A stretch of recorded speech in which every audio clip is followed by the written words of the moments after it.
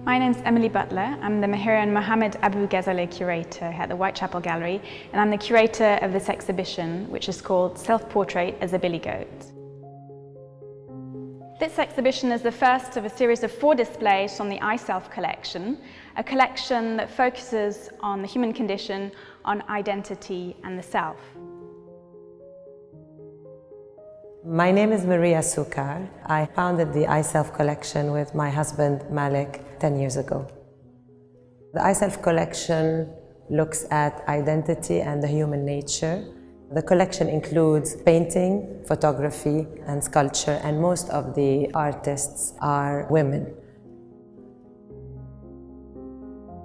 This is a beautiful, very early piece by Louise Bourgeois that dates from 1947. When you first look at it, you might not necessarily associate it with a self-portrait, but Louise Bourgeois talks about all her sculptures being an extension of her body.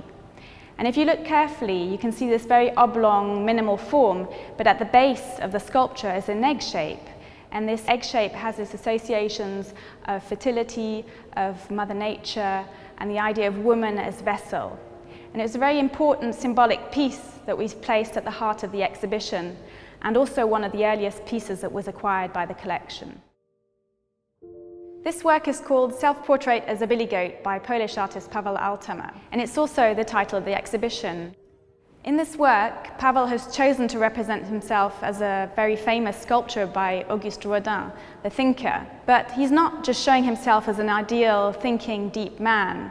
He's showing himself as a vulnerable individual as well. The skin is flaying on his body. You can see the way the sculpture has been constructed. The artist is showing himself as a billy goat, a figure of ridicule. So he's showing that people have emotions and feelings, and all these things help us build our sense of self.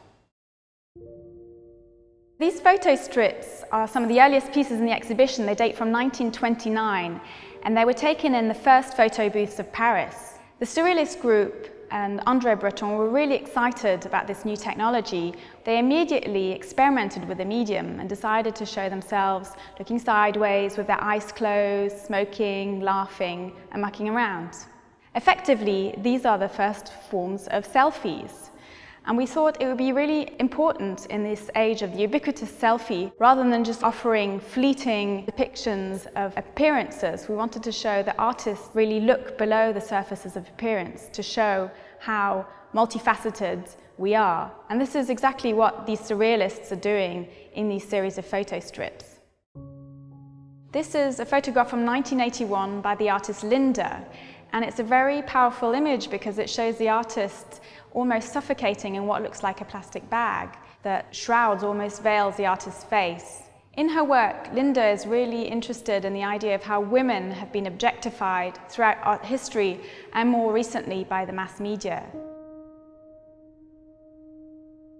The artists in this exhibition all bring very different approaches to the representation of self. Some have chosen very physical, others more imaginary and very abstract approaches.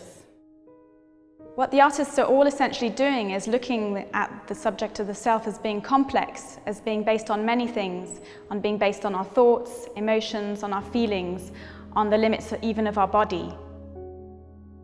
Some of the works I live with on a daily basis, but stepping into Gallery 7 and looking at the work, it was like stepping into your second home almost, but looking through the lens of someone else.